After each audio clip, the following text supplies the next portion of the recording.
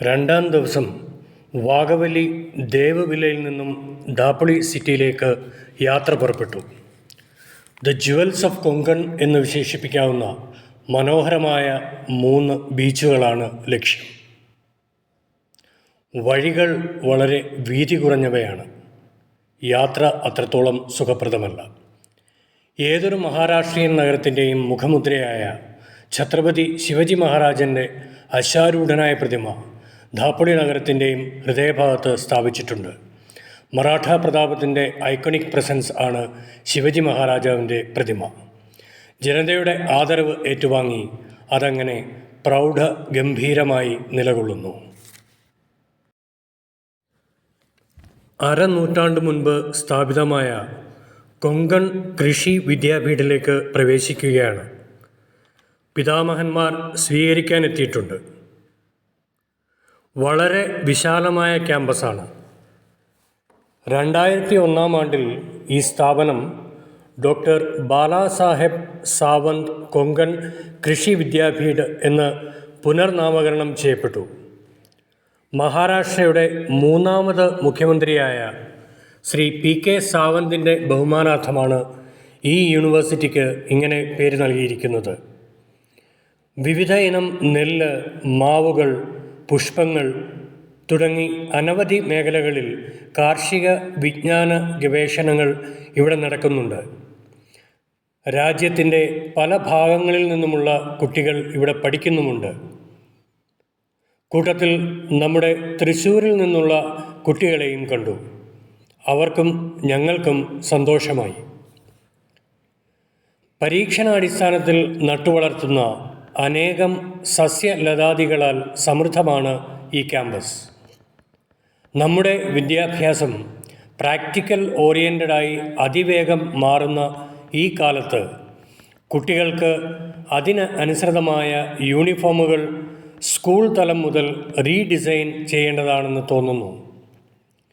ശരീരത്തിൽ കംഫർട്ടബിൾ ആയി കിടക്കുകയും കാലാവസ്ഥയ്ക്ക് അനുയോജ്യമായിരിക്കുകയും ചെയ്യുന്ന യൂണിഫോമുകൾ ഉണ്ടായി വരട്ടെ എന്ന് ആഗ്രഹിക്കുന്നു. ഈ കൃഷി വിദ്യാപീഠത്തിൽ സ്പൈസസിൻ്റെ ഗവേഷണങ്ങൾക്കായുള്ള ഒരു നഴ്സറിയും തോട്ടവും ക്രമീകരിച്ചിട്ടുണ്ട്. അനവധി മാവ് ഇനങ്ങൾ ധാരാളമായി അവിടെ ക്രമീകരിച്ചിരിക്കുന്നു. മറ്റ് ഫ്രൂട്ട്സുകളും ധാരാളമായി നട്ടിട്ടുണ്ട്. ഇവയുടെ എല്ലാം ഗവേഷണ പഠനങ്ങൾ ഈ യൂണിവേഴ്സിറ്റിയിൽ നടക്കുന്നു എന്ന് മനസ്സിലാക്കുന്നു.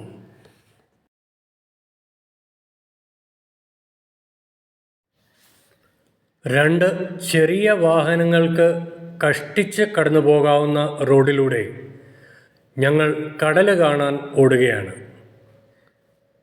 നന്നായി ശ്രദ്ധിച്ചില്ലെങ്കിൽ വണ്ടി വശങ്ങളിലുള്ള കുഴിയിൽ ചാടിയേക്കാം. അങ്ങനെ സൈഡിലെ ചാലിൽ വീണ് അപകടം പറ്റിയ ചില വാഹനങ്ങൾ കാണാനിടയായി. ഇത്തരം വഴികളിലൂടെ സഞ്ചരിക്കുമ്പോൾ എതിരെ വരുന്ന വണ്ടിക്കാരുമായും നമ്മോടൊപ്പം യാത്ര ചെയ്യുന്നവരുമായും സഹകരിച്ച് സംയമനത്തോടെ മുന്നോട്ട് പോകണം. അധികം സ്പീഡ് ഒഴിവാക്കേണ്ടതാണെന്ന് പ്രത്യേകം പറയേണ്ടതില്ലല്ലോ. മാത്രവുമല്ല, അപ്പുറവും ഇപ്പുറവും നോക്കുകയാണെങ്കിൽ അപകടം സംഭവിക്കാനുള്ള സാധ്യത വളരെയേറെയാണ്.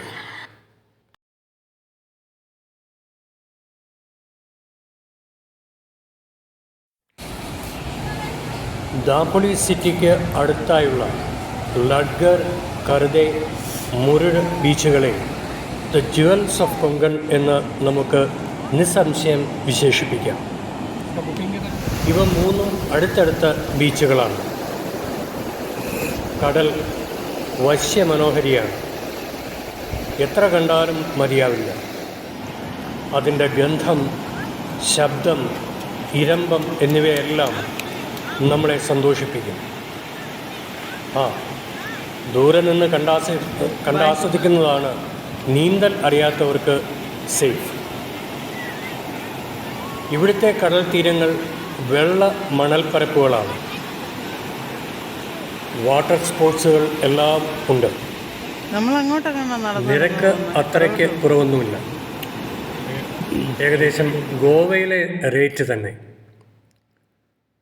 Parasailing, jet skiing, banana boat ride, dragon boat ride, speed boating, dolphin safari എന്നിവയെല്ലാം ലഡ്ഗർ ബീച്ചിൽ അവൈലബിൾ ആണ്.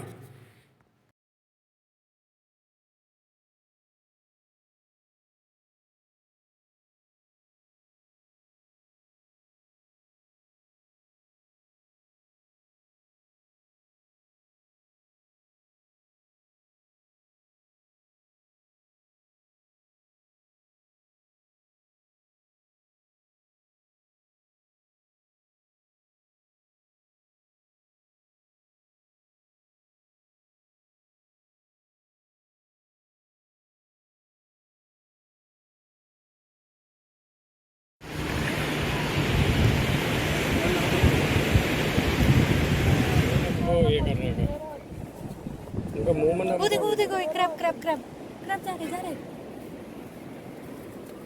परफॉर्मेंस प्रेशर हो गया बंदे, रुक गया।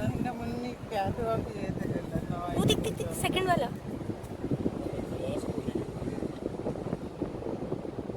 उस पे से आया किधर वो आवाज मत करो।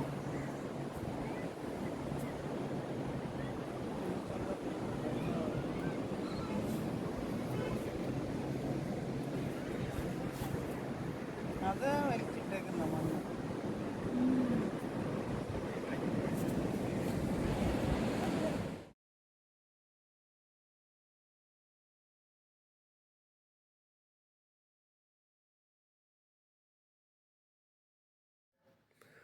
ലഡ്ഗർ ബീച്ചിൽ നിന്ന് അടുത്തുള്ള കർദയ് ബീച്ചിലേക്ക് ഡ്രൈവ് ചെയ്യുമ്പോൾ മനോഹരമായ കാഴ്ച ആസ്വദിക്കാവുന്നതാണ്.